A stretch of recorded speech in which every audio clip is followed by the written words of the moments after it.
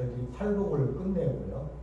팔복을 끝내면서 저희들이 얘기했습니다만, 우리의 정체성을 다시 한번 이렇게 확인할 수 있고, 또 교회의 정체성을 확인할 수 있는 그러한 시간이 저희들이 되지 않았나 이렇게 생각을 합니다. 구약에서의 그 축복이라고 하는 것은 물질을 많이 이렇게 보유함을 통해서 그 축복의 기준을 따졌는데, 예수님께서는 그러한 것을 복으로 얘기하지 아니하시고 우리에게 8가지의 복이 무엇인지를 분명하게 보여주신 시간이 아니었나 이렇게 생각을 하고요.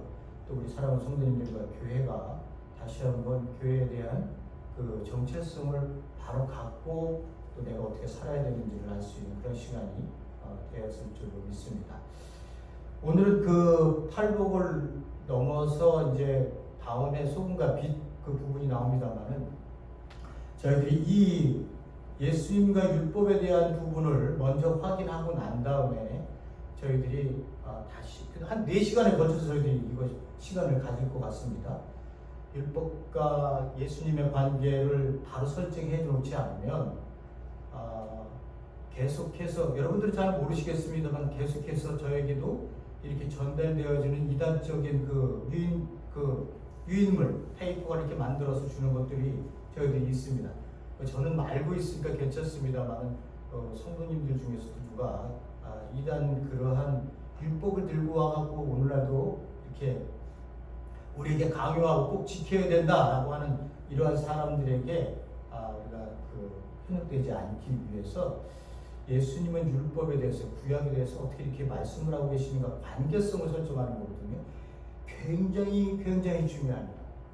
그래서 제가 여러분들에게 따로 4시간에 걸쳐서 오늘 말씀을 드릴 텐데요. 오늘 말씀은 여러분들이 마음 편하게요. 그냥 제가 지금까지 설교를 하면서 말씀드렸었던 그 두 유대 전쟁에 대해서 제가 말씀을 드리고, 제가 이거 말씀을 드린다고 그랬죠. 그리고 난 다음에 에스네파, 바리새인, 사두개인, 이 구약이 안 나타나잖아요, 그죠? 이런 사람들이 대체 언제 생긴 거야? 그리고 어떻게 동기가 돼서 저런 사람들이 나오게 된 거지? 라고 하는 부분을 오늘 보기를 원합니다. 왜냐 그러면 예수님이 AD 30년에 나타나셔서 활동을 하실 때에 한 세기 전에 마카비 전쟁이 일어나고 30년, 40년 후에 유대 전쟁이 일어납니다. 그래서 이 전쟁을 중심으로 해서 저희들이 이해를 하면 예수님 당시에 있었던 바리새인이나 사두개인 이런 사람들이 어떻게 예수님에게 도전하고 왜 자기네 기득권을 놓치지 않기 위해서 또 그렇게 힘을 썼는가, 그 예수를 죽일 수밖에 없었는가, 그리고 왜 에스네파가 그렇게 중요한 파가 있었는데 그 에스네파는 왜 사라졌지? 그리고 왜 예수님은 한 번도, 그리고 그 누구도 그 성경에서는 얘기하지 않을까? 라고 하는 부분들을 오늘 저희들이 보려고 합니다. 자, 오늘 본문의 말씀은 저희들이 마태복음 5장 17절에서 20절까지 말씀을 한번 읽어볼 거고요. 이렇게 전개가 되겠구나라고 하는 것을 여러분들이 한번 읽어보시기 바랍니다. 자, 17절에서부터 20절까지 한번 함께 보도록 하겠습니다. 내가 율법이나 선지자나 폐하러운 일로 생각지 말라. 폐하러운 것이 아니요 완전케 하리라. 진실로 너에게 이르노니 천지가 없어지기 전에는 율법의 일점도 반드시 없어지지 아니하고 다 이루리라. 그러므로 누구든지 이 계명 중에 지극히 작은 것 하나라도 버리고 또 이같이 사람을 가르치는 자는 천국에서 지극히 작다 일컬음을 받을 것이요 누구든지 이를 행하며 가르치는 자는 천국에서 크다 일컬음을 받으리라. 진실로 너에게 이르노니 너희가 의와 서기관과 바리새인보다 더 낫지 못하면 결단코 천국에 들어가지 못하리라. 이렇게 저희들이 본문을 4시간에 잡혀서 할 것 같습니다. 율법과 선지자 이렇게 17절에 얘기하고, 저거는 구약을 얘기합니다. 여기 문제가 되는 완전케 하려 함이라, 이 해석이 좀 저희들이 문제가 있고요. 저희들 그걸 볼 거고요. 그 다음에 율법과 선지자가 구약을 얘기해서 그 다음 율법으로 좁혀집니다. 18절에 율법에서 이 계명 이러고 계명으로 좁혀지고요. 이 계명이 더 나은 의로 낫지 않으면 너희들이 하나님 나라의 백성으로 들어올 수 없다라고 하는 것을 얘기하고 있습니다. 다음 시간에는 저희들이 이제 첫 번째 17절에 관한 말씀을 저희들이 보도록 합니다. 오늘은 말씀드렸다시피 전쟁에 대한 전쟁에 대한 것을 중심으로 오늘 말씀을 드리겠는데요. 자, 제가 한번 말씀을 드렸습니다만은 구약의 중심은요, 구약의 흐름의 전체적인 중심은 하나님께서 이스라엘 백성에게 약속을 하신다는 거예요. 언약을 맺는다는 거예요. 무슨 언약이 가장 중심이냐? 많은 그 말씀들, 계명들을 주셨지만 저희들이 가장 하나님께서 이스라엘 백성과 맺은, 그러니까 하나님이 주도권이 돼서 이스라엘 백성에게 언약을 맺으시는데요. 여기 보면 하나님이 인격 당사자인 이스라엘 백성과 언약을 맺으십니다. 그래서 이 언약이 뭐냐 하면 너희는 너희의 하나님이 되고 너희는 내 백성이 될 것이다 라고 하는 게 레위기 26장 12절의 말씀이에요. 이게 뭐냐면 계명을 쫙 율법을 주시고 난 다음에 너 이거 지키면 내가 너의 하나님이 될 거고 너는 내 백성이 될 거야 라고 하는 거거든요. 이거를 사도 바울은 어떻게 얘기하냐면 이렇게 되는 것이 우리는 살아계신 하나님의 성전이 되는 것이다 라고 하는 거예요. 그러니까 이제 보여지는 성전에서 보이지 않는 성전인 우리를 보고 성전이라고 얘기를 하시는 거예요. 그걸 계시록 21장 3절에 보면 제가 많이 언급했던 부분이죠. 하나님이 친히 우리와 함께 하신다. 그래서 내가 너의 하나님이 되고 너희들은 나의 백성이 된다. 그때 내가 너희들과 함께 거한다라고 할 때 이 말이요, 장막을 친다라고 하는 거예요. 여기 그 구약에서 나와서 이스라엘 백성들이 움직일 때마다 그 장막이 있었잖아요, 그죠?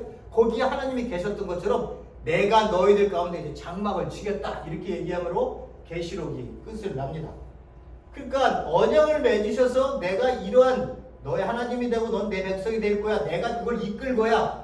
근데 너희들은 반드시 내 말씀에 순종을 해야 되라고 하는 그런 언약을 맺고요. 그렇게 하지 않으면 너희들 심판받는다. 말씀에 복종하지 않으면요.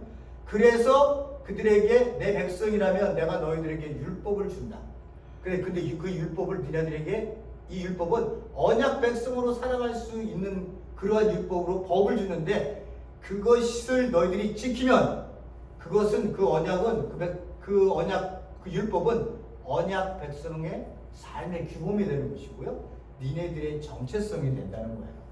그러니까 언약을 맺고 언약에 대한 내용을 말씀하시고 니네들이 내 백성이 된다면 너희들이 이 율법을 지켜야 된다 그래서 율법을 주시고 그런 다음에 니네들이 율법을 지키게 되면 세상 사람들이 너희들을 보고 하나님의 백성이라고 하는 그러한 정체성을 너희들이 갖게 될 거라는 거예요. 그것이 율법이 의미하고 있는 가장 중요한 그 포인트를 제가 말씀을 드린 겁니다. 성경을 보면요, 이렇게 다 아시겠지만 구약 37장 창세기에서 말라기가 맨 마지막이죠, 그죠? 말라기를 우리는 성경책을 제가 말씀을 드립니다. 말라기가 끝이기 때문에 한 장을 딱 펴서 넘기면 마태복음이 나오지만 요 사이에 어떻게 했다고요? 500년이라는 세월이 흘러갔다 이렇게 말씀을 드렸습니다. 그래서 500년이 세월이 흘러가고 예수님이 30년, AD 30년에 등장을 하셔서 사역을 하세요. 그리고 요한계시록 90년대 중반 이때 마지막 계시록이 쓰여져서 그 27권의 복음서, 27권의 신약과 27권 잘못 썼네요. 39권의 그 구약과 신약 27권이 합해져서 하나의 오늘 저희들이 보는 성경이 만들어지는 거예요. 자, 거기에서 제가 보려고 하는 부분이 바로 여기에요. 이 전쟁 그리고 유다 전쟁, 이 전쟁을 보고 여기에서 일어난 일이 어떤 일이 일어났는지에 대한 부분들을 얘기를 들으시면 예수님이 이 중간 상황에서 이 시대적인 배경, 전시적인 배경, 종교적인 배경들을 우리가 신약을 읽으면서 사복음서를 읽으면서도 굉장히 도움이 될 수 있는 것들이 많이 있습니다. 그래서 제가 오늘 이 부분을 말씀을 드리려고 하니까요. 여러분들이 한번 잘 들어보시면서 아마 한 번도 안 들었던 얘기일 수도 있어요. 뭐 들을 수 있을 수도 있겠지만, 자, 중간기 5년 보면요, 아시리아가 722년에 북이스라엘을 멸망시키고, 그다음 바벨론이 들어서서는 바벨론이 586년에 누구를 망가뜨려 마지막 남쪽에 있는 유다를 완전히 예루살렘을 그냥 박살을 내버립니다. 그때 백성들이 깜짝 놀랐어요. 하나님이 계신 곳인데 어떻게 저렇게 허무하게 저렇게 무너질 수가 있지? 이때 뭐 성전의 기물들 다 갖고 가고요. 그 다음에 이스라엘 백성들을 1차, 2차, 3차에 거쳐서 그들을 그 포로로 데려갑니다. 나중에 귀환을 합니다만.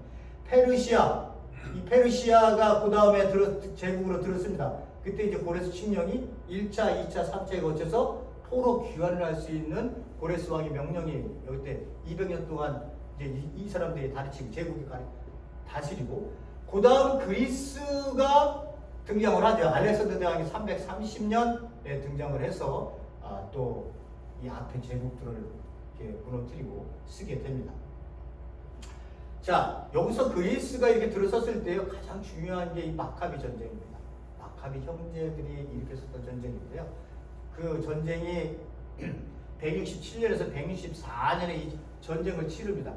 164년에 이들이 승리를 하고요. 여러분들이 요한복음 3장입니까? 요한복음에 나가면 요 수전절이라는 단어가 등장하거든요. 수전절을 그들이 그 전쟁에서 이긴 날을 기념하기 위해서 요 수전절을 지켰다라고 하는 게 그 요한복음에 다 등장하고요. 요거를 오늘날 보면 한우카라고 하는 단어로 이 달을 명절을 유대인들이 지키고 있습니다. 똑같은 단어죠.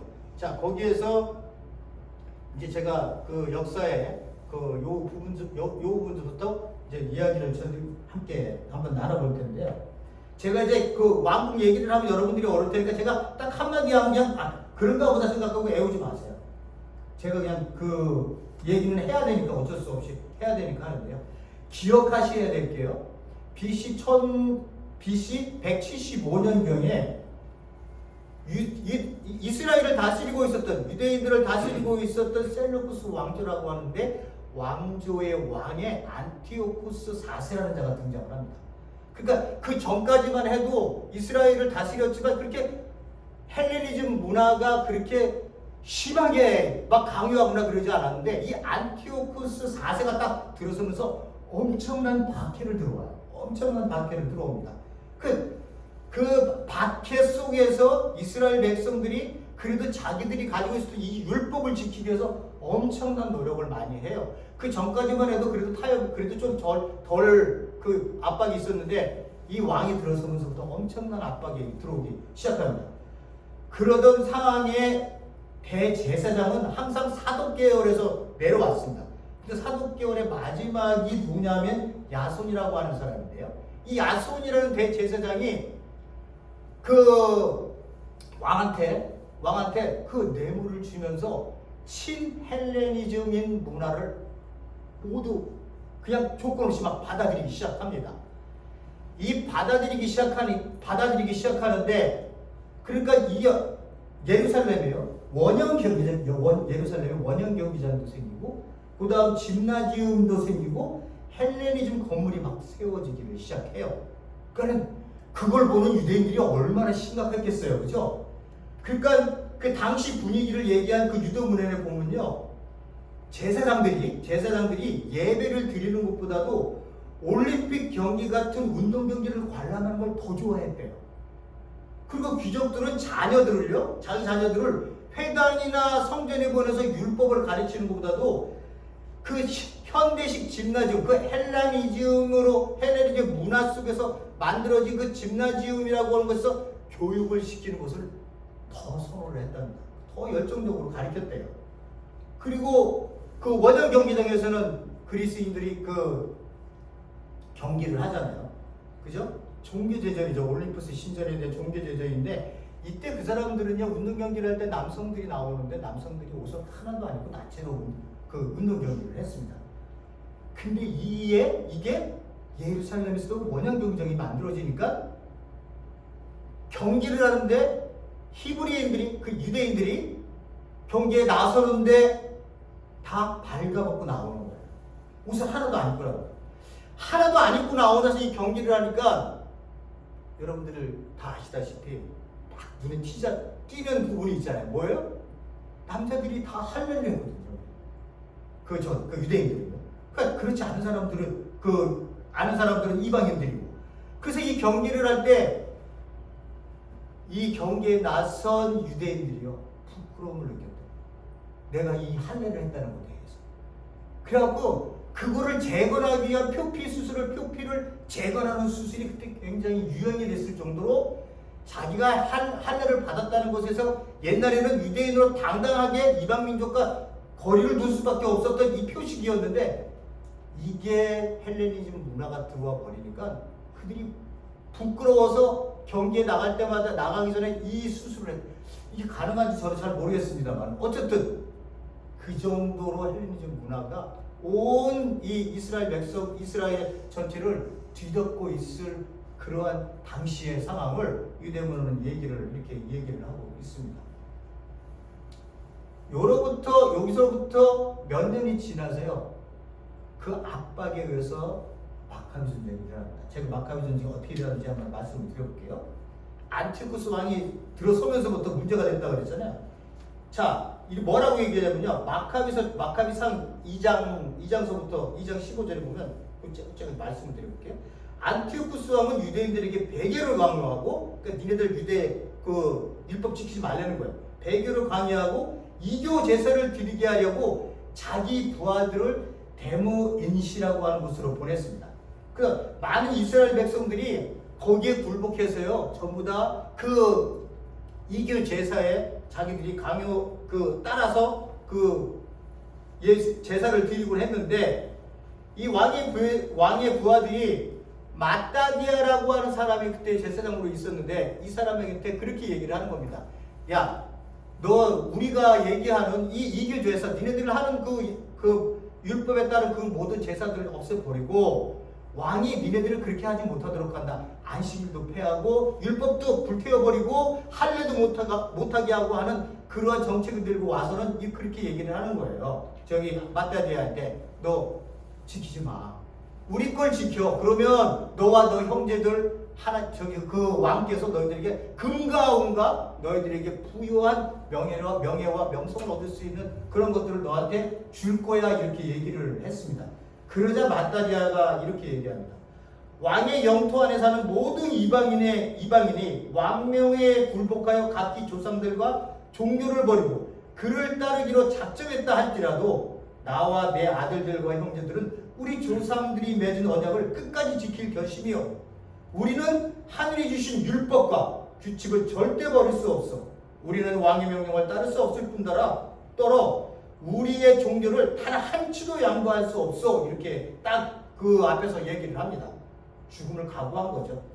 요 말이 딱 끝나자마자 어떤 한 유대인 한 사람이 모든 사람이 보는 앞에서 왕명대로 이교 제사에 앞에 헌신을 합니다. 그러자 이걸 본 마따디아가 화가 나갔고요. 이교 제사를 드리는 그 자기 형제들이겠죠. 형제라고 얘기했을 때 자기 핏줄을 얘기하는 게 아니라 그 동포 중에 한 사람이겠죠. 그 사람을 그 자리에서 쳐 죽입니다. 그리고는 왔었던 왕위에서 보낸 신하들, 이자들을 그 자리에서 다 죽여버려요. 그리고 난 다음에 26절에 보면 이렇게 한 이유가 뭐냐면 마따디아는 전에 비느하스가 살루의 아들 시므리를 찔러 죽였을 때처럼 율법에 대한 열성을 과시하기 위해서였다. 이렇게. 그러니까 율법을 지키기 위해서 그 마따디아가 이 일을 했지만 그 전에 구약에서 그 전에 있었던 그 비느하스가 시므리를 죽이는 사건이 있었거든요. 율법을 범했기 때문에 그거를 생각하면서 이 마따디아가 이 일을 했다는 거예요. 그리고 난 다음에 뭐라고 하냐? 율법에 대한 열성이 있고 우리 조상들이 맺은 계약을 지키려고 하는 사람들은 전부 나를 따르시오 하고 난 다음에 그 사람들이 그 모든 걸 놔두고 산으로 도망가요. 게릴라전을 시작하는 거예요. 게릴라전.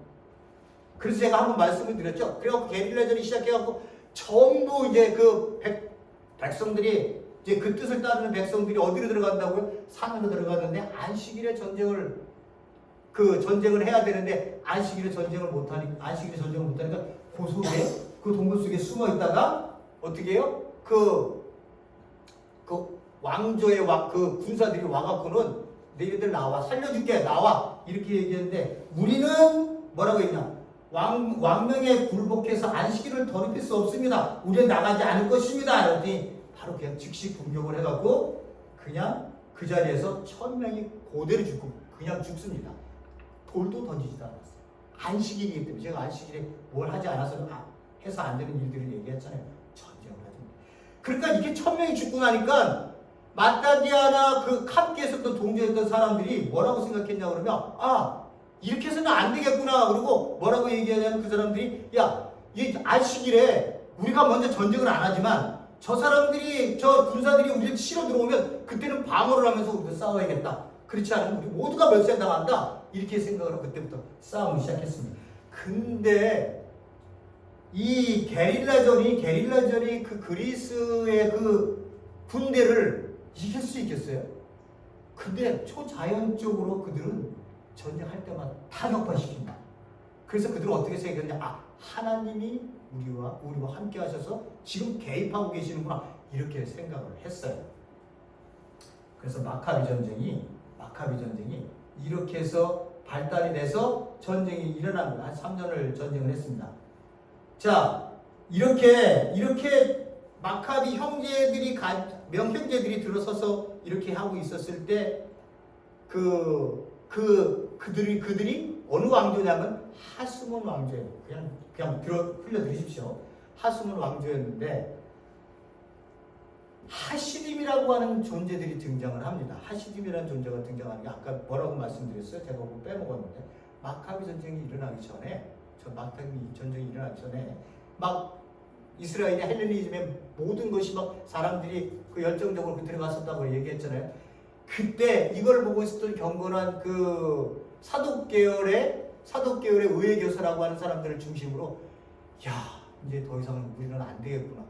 여기에서는 더 이상 종교생활 율법을 지킬 수 없구나. 그래서 일단의 무리가요 광야로 들어가요. 그래서 광야에 들어갔을 때 그를 따르는 사람들도 있었습니다. 그래서 광야에 들어간 사람들을 뭐라고 불렀냐? 하시딤, 경건한 사람들이다. 이렇게 얘기했습니다. 그 사람들은 광야에서 공동체를 이루었는데 마카비 전쟁이 일어나니까 이 사람들 중에 일부가 마카비 전쟁에 참여를 해갖고 이 전쟁을 수행을 해요. 그래서 그 사람들이 승리를 이끌고 난 다음에 이제 자기네들이 정치적인 독립을 이뤘는데 문제가 된 게 뭐냐 그러면 그 사독계열에서 대제사장을 계속 내려오다가 야손을 끝을 맺고 나머지는 계속 비사독계에서 대사장을 맡고 있는 거예요. 그러고 난 다음에 마카비 전쟁을 일어나갖고 승리를 했는데 그 왕들이 있을 때마다 자기네들이 대사장직 왕직을 겸하게 됩니다. 그러니까 어떻게 되는 거예요? 그걸 딱 보고 있었던 그 광야에서 마카비 전쟁에 와서 전쟁을 함께 했었던 사람들이 거기서 그걸 딱 보고는 안 되겠다 생각을 하고 이 중에 일부는 민중 속으로 들어갑니다. 이 사람들이 바리새인이 되는 거예요. 그리고 여기서 하스몬 왕가에 왕하고 대제사장직을 겸해도 괜찮습니다. 예스라고 얘기한 사람들이 사두개인이 됩니다. 그리고 광야에서 나오지 않은 사람들 에세네파가 거기 등장하고 있다. 그래서 예수님 시대에는요 에세네파, 바리새인, 사두개인이 이 마카비 전쟁서부터 100년이 조금 넘는 전서부터 계속 흘러져 내려와서 예수님 당시까지 있었던 거고요. 거기서 유대 전쟁이 일어나는 그때까지도 있었던 거예요. 여기서 이제 그들이 어떻게 그 생사 여부를 제가 말씀을 드리겠습니다만은 여기서 여러분들이 잘 아는 사두개인과 바리새인이 등장을 합니다. 바리새인은 어떻게 제사장이 왕이랑 겸할 수 있냐? 이건 사독계열에서 내려와야 된다. 그래서 거기서 반대해서 민중 속으로 들어가서 말씀을 그때부터 이제 전파하기 시작하는 거예요. 가리키기 시작하는 거예요. 그리고 이 사도계인들은 여기에 그래서 정치계의 정권을 잡는 곳에 딱 붙들려서 거기서 함께 이들이 존재하게 됩니다. 자, 이렇게 되니까 그 우리가 여기서 생각해야 될 부분이 또 어디냐 그러면요. SNF입니다. SNF. 성경에서는 왜 한 번도 안 나왔는지 저도 잘 모르겠어요. 근데 어쨌든 SNF가 등장하는데요. SNF는 어디 있다고요? 광야에 있다고 말씀을 드렸습니다. 광야에 있다고 말씀을 드렸습니다. 이 광야에서 이 사람들이 모세 오경을 경전으로 삼고요. 그리고 사후 세계에는 불멸한다, 죽지 않는다라고 얘기했잖아요. 근데 사두개인들은 어떻게 했어요? 영혼은 소멸한다 이렇게 생각했죠. 바리새파도 사후 불멸, 그 영혼은 죽지 않는다 이렇게 생각했던 것처럼 이 에스네파 사람들도 이렇게 생각을 했습니다. 굉장히 거룩하고 굴욕적인 생활을 했고요. 아주 강한 사랑을 요구를 했습니다. 그래서 가지고 있는 물질을 싫어해서 그 사람들이 그 교회, 그 SNF에 들어가려면 뭐를 했냐면 자기네들이 가지고 있는 모든 재산들을 헌납을 하는 거예요. 그런 다음에 그 안에는 모두가 똑같은 공동체입니다. 아침에 일어나면 샤워를 하고요. 경건하기 위해서 샤워를 자주 했습니다. 그 세례의식을 하는 거예요. 세례의식을 하고 그 다음에 빵을 보면 빵을 그들이 먹는 그런 것으로 하루 일과를 생각하는 신앙생활을 하는 아주 SNF파 그러면 광야에서 경건한 사람이다. 이렇게 인식이 되어졌던 사람들이 바로 이 사람들입니다. 광야에서 외치는 자의 소리가 있다고 얘기했죠. 이사야에서 광야에서 외치는 자의 소리가 이 광야라고 하는 것이 그렇게 중요한. 근데 광야에서 외치는 자의 소리에 누가 등장한 거예요? 예? 세례 요한이 등장하잖아요. 그죠? 세례 요한이 SNF파에서 나온 사람인지 아닌지는 100% 확인할 수는 없어요.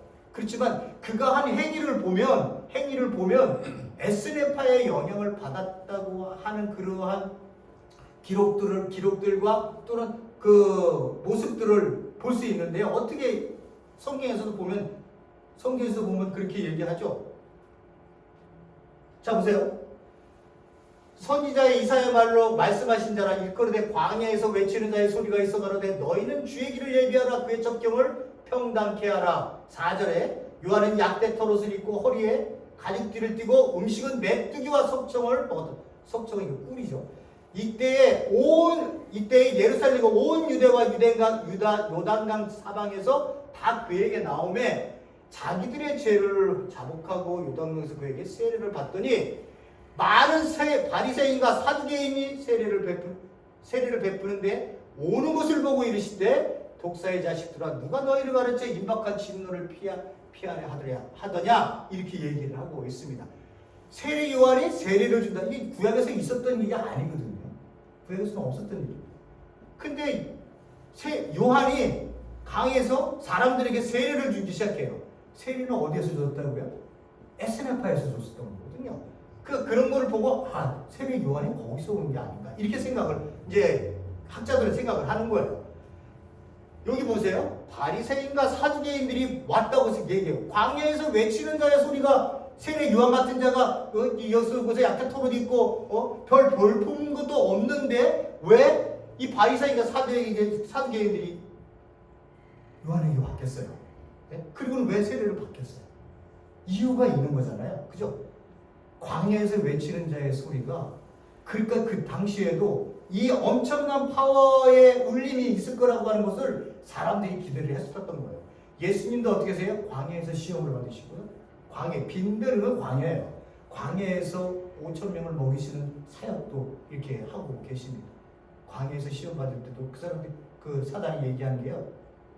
그게 마카비 전쟁에서 원하고 기다렸었던 그 메시아의 그 세 가지의 인상적인 그 시험을 하고 있다고 얘기를 하고 있습니다. 사도 바울 그리고 예수님이 누구한테 세례를 받으세요? 예수님도 세례를 받으시잖아요. 세례 요한한테 세례를 받습니다. 그러니까 SNF파에서 나왔다면 거기에서 SNF파에서 세례 요한이 나왔다. 세례 요한이 또 예수님에게 세례를 주세요. 그리고 예수님은 공생의 사역을 시작을 하시는데요. 조금 거기에 관련이 있다면 글쎄요. 그리고 난 다음에 사도 바울이 그도 광야로 들어갑니다. 다메섹에서 예수 부활하신 예수님 만난 다음에요. 아라비아 광야로 갔다고 얘기를 해요. 거기가 광야입니다. 그리고 난 다음에 와서 서신서를 썼는데 서신서 안에 그 에스레파가 글들을 써서 내려갔었던 글들이 있고 그냥 카피본도 있고 해석서도 있는데 이게 이제 쿰란 공동체에서 나중에 발견이 되잖아요. 양치기 소년이 들어가고 발견이 됐는데 거기에서 나오는 단어들이 그 뭐 빛, 어두움, 성전, 우리가 살아계신 하나님의 성전이다. 뭐 이런 얘기서부터 비슷한 단어들이 많이 나와요. 그러니까 사도 바울도 그러한 단어들을 썼을 때 이런 것을 염두에 두고 쓰지 않았나라고 하는 거예요. 그러한 맥락이 들어오고 예수님께서도 마지막 세례를 받으시고 사형 들어가셨다고 하는 부분이 좀 우리에게는 의미심장한 얘기로 전해질 수 있습니다. 그리고 난 다음에 BC 63년에요.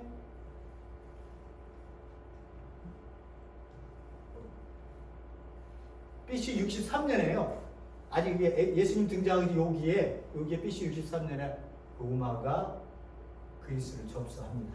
그래서 망해요.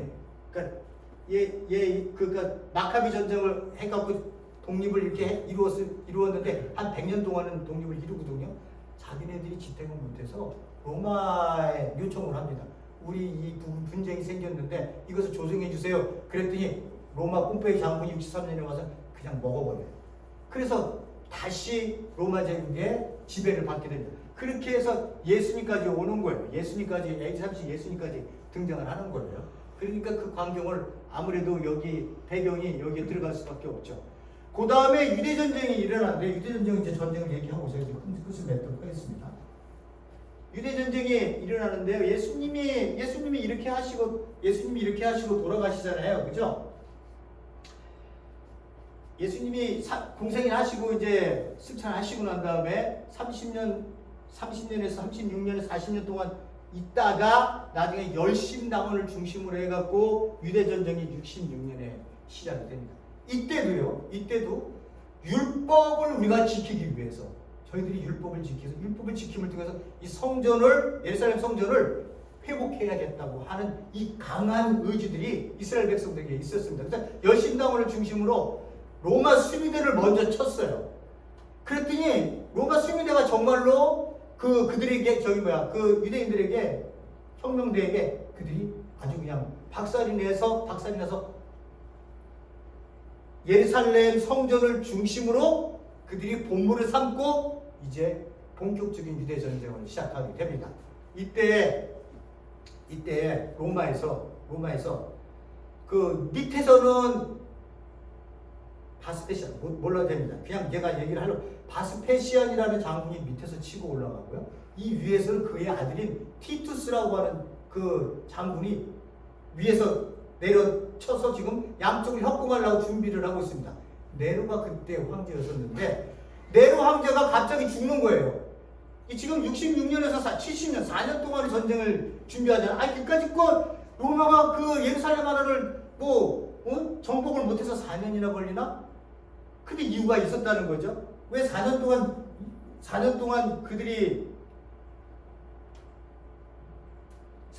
왜 그들이 이걸 정복하지 못했냐면요. 이걸 정복을 하려고 그럴 때 네로가 죽었습니다. 자살해서 죽었어요. 그러니까 이 바스피시안이 전령을 보내는 거예요. 전쟁을 해요, 말아요. 점령을 할까요, 말할까요? 그랬더니 새로운 왕이 등장을 했는데 왕이 그 사이에 3명이나 바뀝니다. 죽이고. 그러니까 이 사람이 이 바스피안 장군이 기다리다가 이게 가서 돌아오면 왕이 죽었습니다. 기다리십시오. 그래서 또 기다려서 또 그 전쟁을 해 말어. 이렇게 딱 그럼 또 죽었습니다. 이게 4년을 걸린 거예요. 4년을 걸린 거예요. 그러다가 바스피안이 안 되겠다. 들어가야 되겠다. 들어가고는 다 정보를 시키고 자기가 왕이 돼요. 그리고 위에서 티투스라고 하는 자기 아들이 있었다고 그랬잖아요. 칠라고 얘한테 800명의 병력을 주고 예루살렘을 5개월 동안 거기를 개미새끼 한 마리 못 들어가게 포위를 합니다. 토성을 쌓았어요. 뒷면에 그 토성을 쌓기 좋은 곳에다 흙으로 다 토성을 쌓아요. 이렇게 예루살렘이 높잖아요. 그러니까 똑같이 높은 토성을 쌓아갖고는 전쟁을 해서 토성을 쌓아요.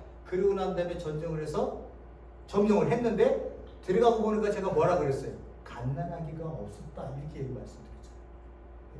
배가 고파갖고 갓난아기를 잡아먹었다는 거예요. 그걸 이제 살아남은 자가 증언을 한 거죠.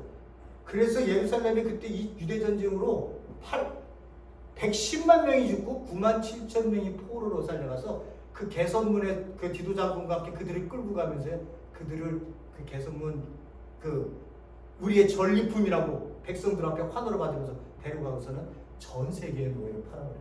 그리고 그 팔레스타인에는 다시는 이 유대인들이 들어올 수 없게끔 법으로 만들어서 법으로 살지 못하게 법을 만들어 버렸어요. 자, 이렇게 유대인들이 전쟁이 이렇게 해 나갔을 때 예수님께서 누가복음에서요 19장 42절에 44절에 이렇게 얘기합니다. 이 복음서가 60년에서 70년 사이에 쓰여졌었거든요. 그러니까는 예수님이 예언을 하셨다고 보는 게 맞아요. 19장 보면 누가복음 19장 가까이 오사 성을 보시고 오시며 가라사대 너도 오늘날 평화에 관한 일을 알았더라면 좋았을 뻔하였거니와 지금 내 눈에 숨기었도다. 날이 이를지라 내 원수들이 토성을 쌓고 제가 말씀드렸죠. 로마인들이 어떻게 했다고요? 토성을 쌓아서 똑같이 해서 성을 점령했다고요. 토성을 쌓고 토성을 쌓고 너를 둘러싸 사면에 가두고 너와 및 그 가운데 있는 내 자식들을 땅에 메어치며 돌 하나도 도리에 남기지 아니하리니 이는 권고받는 날이라 나를 너가 알지 못함을 인함이라 하시니라. 이렇게 예수님이 예언을 하고 계신 거예요. 그리고 예수님이 울음이 안 나오실 수가 없죠. 그것을 알고 있기 때문에 이 심판의 날이 너희들이 온다고 하는 것을 아는데 로마가 주는 팍스 로마나가 아니라 그들에게 와야 할 이 하나님의 나라가 그들에게 팍스 로마 하나님의 나라가 진정한 하나님의 나라라는 것을 그들이 보지를 못하고 있는 거예요. 그러니까 예수님께서 그걸 보고 우셨다 이렇게 얘기를 하는 거예요. 예루살렘 성을 보시면서요. 21장에 보세요. 너희가 예루살렘이 군대들에게 에워싸는 것을 보거든 멸망이 가까운 줄로 알아. 그때 유대에 있는 자들은 산으로 도망갈지며 성내에 있는 자들은 나갈지며 촌에 있는 자들은 그리로 들어가지 말지어다. 이날은 기록된 모든 것을 이루는 형벌의 날이니라. 그날에는 아이벤 자들과 젖먹이는 자들에게 화가 있으리니 이는 땅에 큰 환난과 이 백성에게 진노가 있겠음이로다. 저희가 칼날의 죽임을 당하며 모든 이방에 사로잡혀 가겠고 예루살렘은 이방의 때가 차기까지 이방인들에게 짓밟히리라. 이렇게 예수님이 예언하고 계십니다. 하나 더 보고 끝내죠. 23장 26절 저희가 예수를 끌고 갈 때 시몬이라는 구레네 사람이 이제 그 골고다 가시는 길인데 시골로서 오는 사람을 잡아 그에게 십자가를 지어 예수를 쫓게 하더라. 또 백성과 그를 위하여 가슴을 치며 슬피 우는 여자의 큰 무리가 따라오는지라. 예수께서 돌이켜 뭐라고 말씀하시나 보세요. 예수께서 돌이켜 그들을 향하여 가라사대 예루살렘의 딸들아 나를 위해 울지 말고 너와 너의 자녀를 위해서 울어라. 보라 날이 이르면 사람이 말하기를 수태 못하는 여자와 해산하지 못하는 배와 먹이지 못하는 젖이 배를 먹이지 못하는 젖이 복이 있다 하리라. 그때에 사람이 산들에 대하여 우리 위에 무너지리라며 작은 산들에 대하여 우리를 덮으라 하리라. 푸른 나무도 이같이 하거든 마른 나무에는 어떻게 되리요 하시니 나를 위해 울지 말고 앞으로 니네 70년에 니네들이 망하게 됐을 때 얼마나 처참하게 너네들이 이런 비극이 없을 만큼의 상황에 그 전쟁에 참하는 너희들이 느낄 그 너와 너의 자녀들 그 사람들을 위해서 예수님께서 이렇게 말씀하고 계시는 거예요. 이렇게 이렇게 해서 AD 70년에 이스라엘이 멸망을 합니다. 자, 그때요 세 종파가 있었다 그랬죠. 에세네파, 바리새파, 사두개파. 에세네파는요 로마 군인이 그 콩난 공동체에 들어가고 박사는 다 죽여버려요. 참 이해가 안 가는 부분이 좀 그런 부분입니다. 저렇게 경건하게 살았는데 근데 이 사람들이 죽을 때요 정말로 웃으면서 한 사람도 살려달라고 얘기하지 않았다. 자기의 뼈를 꺾는 그런 고통스러운 그 잔이라고 그래요. 얘네 로마 병자들이. 근데 어떤 사람도 살려달라고 얘기하지 않고 함께 웃으면서 이것이 마지막이 아니라는 것을 그들 모두가 믿고 있었기 때문에 하늘은 모든 것을 보고 있다. 하나님 모든 것을 보고 있다. 죄 없는 우리가 이렇게 죽어가고 있는 것을 라고 하는 것을 알고 있었다는 거예요. 그래서 그들이 얼마나 죽음도 거룩하게 죽었는지 모른다고 요세푸스는 그런 기록들을 남기고 있습니다. 에스레파는 그래서 사라지고, 사두개인 권력에 붙어 있었다 그랬죠. 하스몬 왕조에. 이 사람들 해외로 다 도망갔습니다.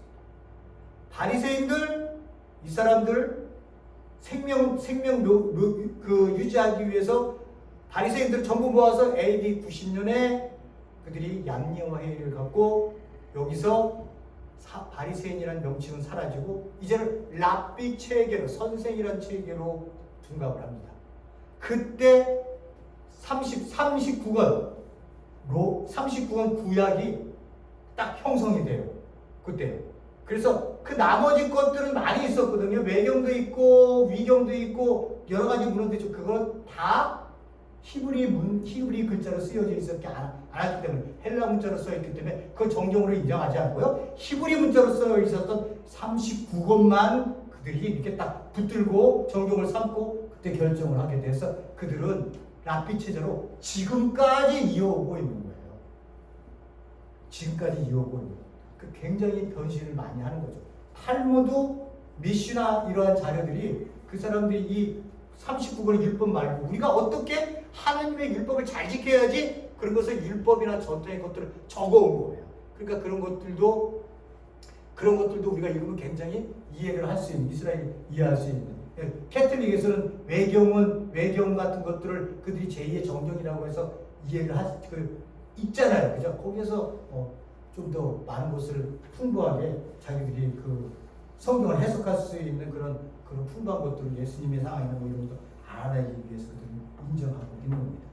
자, 이렇게 해서 다 사라지고 마는 거예요. 그렇게 난 다음에 예수님은 이제 AD 30년에 자기 사역을 마치고 돌아가시지만, 예수님이 사셨던 그 상황이 얼마나 몇 년이 10년, 30년만 있으면 전쟁이 일어나기 때문에 얼마나 그 상황 속에서 율법을 지키기 위해서 이들이 안간힘을 썼고, 헬레니즘은 얼마나 이들을 없애기 위해서, 그 법 자체를 없애기 위해서 얼마나 강하게 그 일들을 했었던 것들을 저희들이 짧은 시간 안에 저희들이 전부 보았습니다. 여러분들이 이러한 그 사고 의식을 좀 갖고요. 다음 주에 보게 되는 이제 율법과 예수님의 관계를 저희들이 볼 수 있는 그런 시간들을 또 다음 시간부터 하도록 하겠습니다. 기도하시겠습니다. 고맙고 감사하신 하나님 아버지, 이스라엘 백성들은 한편으로 이렇게 생각하면 참 눈물이 날 정도로 가슴이 아플 정도로 그 율법을 지키기 위해서 자기의 목숨들, 자기의 자식들 이런 모든 것들을 얼마나 지키기 위해서라면 헌신적처럼 버리고 살았던 것들을 저희들이 이해합니다. 그들이 맨 처음부터 위선자가 됐었던 것도 아니었고, 경건한 무리로 그들이 말씀을 지키기 위해서 이 땅을 살아왔었던 세리들을 생각하면 우리는 지금 너무나 안이하게 신앙생활을 하고 있는 것은 아닌지 우리가 생각해야 됩니다. 살아계신 하나님께서 우리에게 다시 한번 우리의 심령들이 주님 안에서 새로워지고 다시 한번 결단하고 하나님의 백성으로 산다는 것이 우리가 바리새인이나 사두개인, SNF파 이런 사람들까지는 안 되더라도 우리가 정말 나태해지고 교회가 다른 방향으로 가고 하는 이런 일들은 있지 않게 본질은 붙들고 우리가 몸부림치면서 지키려고 사수하는 그런 마음들을 갖고 살아갈 수 있는 저희 교회들이 되게 하시고, 우리 사랑하는 성도님들 또한 되게 하시고, 그래서 이 땅 위에 주님이 우리 세상 사람들이 우리 교회들을 보고 참 하나님께 영광을 돌리는 그러한 우리 교회들이 되어질 수 있도록 역사하여 주시옵소서. 모든 것 주님께 맡겨놓고 예수님 이름으로 기도했습니다. 아멘. 찬송합니다.